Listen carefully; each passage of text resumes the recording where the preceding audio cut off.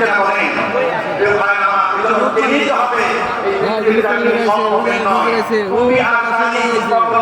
হওয়া যায় না।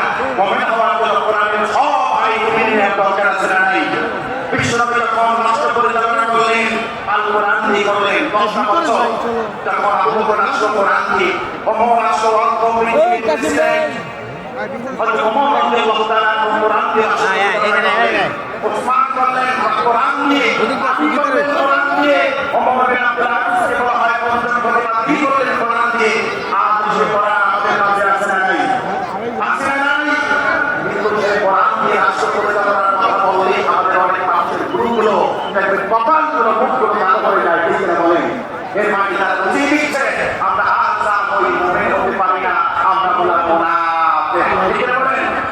ভাই আমার জমিনে আল্লাহর দ্বীন আল্লাহ বাস্তবায়ন করতে হচ্ছে। এইভাবে আল্লাহ বলছেন বাবা ইউমিন বিল্লাহি, কি বলে আল্লাহ রাব্বুল আলামিন বলছেন ফামান ইয়াকফির বিত-তাগুত ওয়া ইউমিন বিল্লাহ, মান ইসলাম, মান তাল্লাস, মান সিভিলাইজেশন, মানব রচিত যত মতবাদ আছে সব ডাস্টবিনে ফেলে দিয়ে একমাত্র কোরআনের মধ্যে যখন মানুষ তার হৃদয়ের সাথে মিশিয়ে দেয়, আমরা বলে ওই জমিনে তখন আল্লাহ তাআলা কোরআনের রাস্তা কায়েম করে দেয়। আল্লাহু আকবার। প্রিয় ভাই আমার,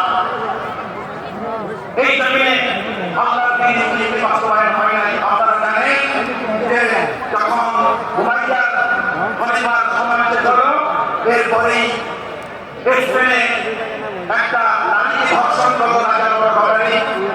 যখন ধর্ষণ করলো মিলানের মেয়েকে, তিনি চিন্তা করলো আমার এই কষ্ট কি মুসলমানদের সাথে হাত মেলালেন। তিনি সেই সময়ের মুসাফিরের সাথে হাত মেলে বলল আমি চাই তার ধ্বংস। তিনি বললেন আমাদের পার করে দিতে হবে। তিনি সাগর পার করে দিলেন, নদী পার করে দিলেন। তিনি দায়িত্ব নিলেন তার সবচেয়ে বিশ্বস্ত একজন সেনাপতি, সেই সেনাপতির নাম হলো তার ইন্ডিয়া। বলল তোমাকে এই স্পেন জয় করতে হবে, যুদ্ধে অংশগ্রহণ করতে হবে। মুসলমানকে বেরিয়ে গেলেন। বেরিয়ে যাওয়ার পরে যখন সেই